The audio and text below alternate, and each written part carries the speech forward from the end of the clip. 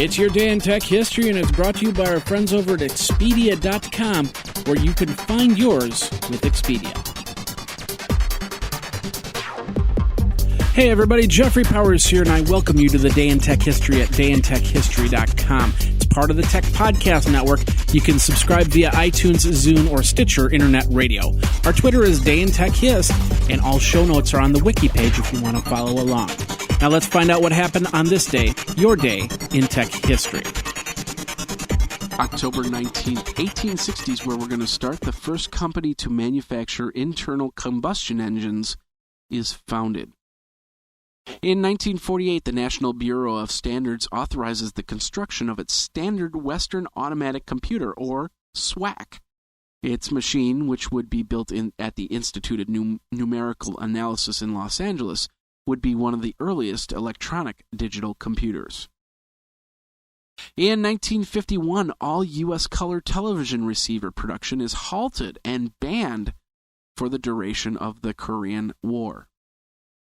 In 1973, a U.S. federal judge declares the ENIAC patent invalid and belatedly credits physicist John Atanasoff, with developing the first electronic digital computer, the Atanasoff-Berry computer, or ABC, following a lengthy court trial. It was built at Iowa State University by Atanasoff and a graduate student, Clifford Berry. In 1981, the Digital Equipment Corporation announces its entry into the personal computer field with attachments for their VT100 terminals, a card with an 8-bit microprocessor, 2 floppy disk drives, and 64 kilobytes of RAM. It runs the CP/M operating system and cost you about $2,400. In 1985, the first Blockbuster video store opens in Dallas, Texas. It was founded by David Cook. In 1988, Infocom releases the interactive fiction game Zork Zero for the Macintosh.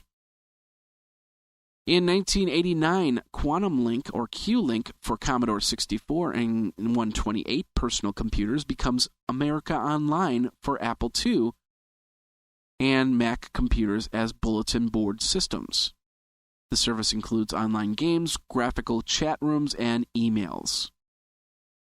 In 1997, the RSA Data Security RC5 56-bit encryption key is cracked by the Team Bovine RC5 effort. It was the strongest encryption allowed by the U.S. law for export without the use of key escrow on recovery schemes, and was cracked on as part of a challenge issued by the company to encourage the U.S. federal government to approve the unrestricted export of 128-bit keys. The prize was awarded to the winners in $10,000.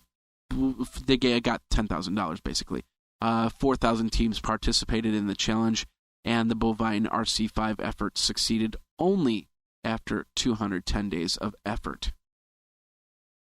In 1998, an antitrust suit filed by the United States Justice Department and the Attorney Generals of 20 states against the Microsoft Corporation, alleging unfair monopolistic practices, begins.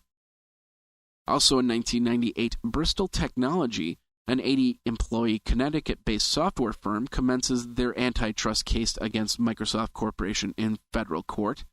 They claim that their company is at risk because they cannot obtain the source code for Windows NT 4 and NT 5, which is required to complete their own projects.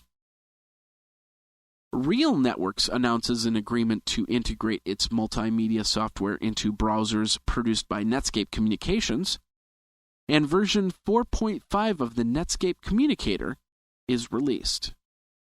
In 1999, IBM announces that it will be discontinuing the Aptiva line of personal computers in the United States. They plan to focus on selling consumer computers over the internet. And now this word from our friends over at Expedia.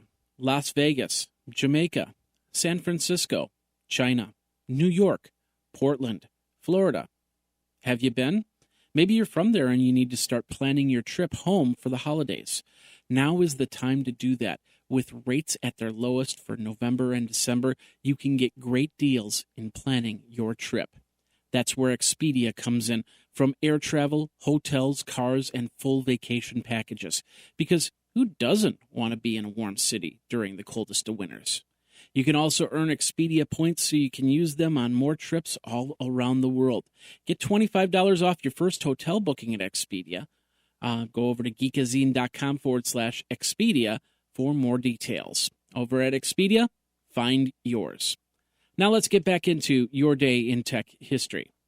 Back in 2005, Zone Alarm discontinues the free versions of the Zone Alarm wireless security because their functions were included in all paid versions of Zone Alarm from version 6 onward.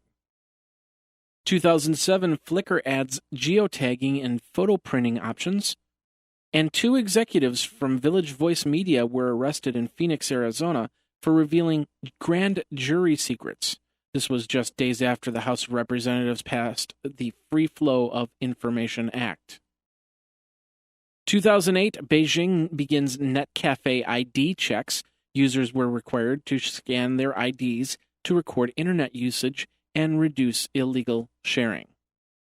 And in 2009, the LA Times reported a bug in Twitter that said that protected tweets would show up in Google indexing services.